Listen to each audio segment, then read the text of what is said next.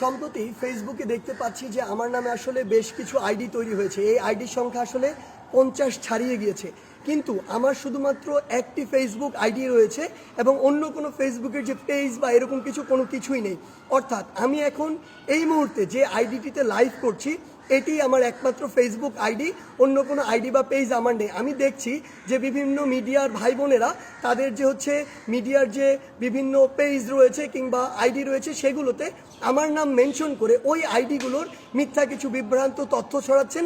এই জন্য আমি আপনাদের বলে দিতে চাই সেগুলো আমার আইডি নয়, সেগুলো ফেক আইডি এবং আপনারা সেগুলো ফলো করা থেকে বিরত থাকবেন। এবং যারা এই মুহূর্তে আমার আইডিতে রয়েছেন আমি তাদেরকে অনুরোধ করব ওই ফেক আইডিগুলো আপনারা আনফলো করে দিবেন এবং সেগুলোতে সম্ভব হলে আমি অনুরোধ করছি যে রিপোর্ট করবেন। এখন দুইটি গুরুত্বপূর্ণ বিষয় নিয়ে আপনাদের সামনে কথা বলতে চাই। একটি বিষয় হচ্ছে যে আমরা দেখছি গতকালকে থেকে বাংলাদেশের বিভিন্ন জায়গায় ঢাকা শহর থেকে শুরু করে বিভিন্ন অপ্রত্যাশিত ঘটনা ঘটছে, সহিংসতার ঘটনা আমরা শুনতে পাচ্ছি। আমরা আপনাদেরকে স্পষ্ট করে বলতে চাই, এই যে বাংলাদেশের ছাত্র সমাজ একটি এত বড় আন্দোলন করেছে, একটি ফ্যাসিস্ট একটি সরকারের যে একটি পতন ঘটিয়েছে, সেটি আমরা এই কারণে করিনি যে একজন নির্যাতক চলে যাবে আরেকজন নির্যাতক এসে সেই জায়গাটি নিবে। এটি আমরা আমাদের জায়গা থেকে কোনোদিনও মানব না। বরং এই যে নির্যাতনের যে প্রসেসটি রয়েছে, যে সিস্টেমটি রয়েছে, এই সিস্টেমটি ছাত্র সমাজ বা বর্তমান বাংলাদেশের যে প্রজন্ম তারা চায় না। সেই নির্যাতনের সিস্টেমটি চেঞ্জ করার জন্য আমরা আমাদের এই আন্দোলনটি করেছি, এই অভ্যুত্থানটি ঘটিয়েছি পুরো বাংলাদেশের মানুষকে নিয়ে। সেই জায়গা থেকে বিভিন্ন রাজনৈতিক মতাদর্শ, সে বিরোধী মতাদর্শ হতে পারে কিংবা বিভিন্ন যে রাজনৈতিক মতাদর্শে যা ছাত্র সংগঠন বিভিন্ন রয়েছে তাদের কথা বিভিন্নভাবে শোনা যাচ্ছে যে তারা প্রতিহিংসার বশবর্তী হয়ে এই বিভিন্ন ভাঙচুরগুলো চালাচ্ছে। আমরা স্পষ্ট করে বলে দিতে চাই, এই বাংলাদেশে এরকম যদি অন্যায় বা অপরাধ যেগুলো হচ্ছে এগুলোর অবশ্যই প্রত্যেকটির বিচার হবে। সেই জায়গা থেকে আমরা স্পষ্ট করি, আমরা কখনো আমাদের জায়গা থেকে এমন সহিংসতাগুলো সমর্থন করি না। একটি দল 15-16 বছর ধরে বাংলাদেশে এই একটি রেজিম চালিয়েছে, একটি যে স্বৈরাচারী ব্যবস্থা চালিয়েছে, আবার কেউ এসে যদি এটি চালায় তাহলে আসলে পরিবর্তনটা হলো কি, লাভটি হলো কি? আমাদের প্রত্যাশার সাথে এটা কোনোদিন প্রাসঙ্গিক হয়? কখনো হয় না। তাই আমাদেরকে এটা আমাদের কাজের মাধ্যমে প্রকাশ করতে হবে যে আমরা যে বাংলাদেশের স্বপ্ন দেখি সেটি আসলে আমরা সত্যি করতে চাই। আরেকটি স্পষ্ট করে কথা বলতে চাই, সেটি হচ্ছে যে আমাদের যে সংখ্যালঘু ভাই বোনেরা রয়েছে তাদের বিভিন্ন ধর্মীয় উপাসনালয় রয়েছে, সেগুলোতে অনেকেই চক্রান্ত করে আঘাত করার চেষ্টা করছে, অনেকে প্রোপাগান্ডা ছড়াচ্ছে, যা হচ্ছে না তাও বলছে।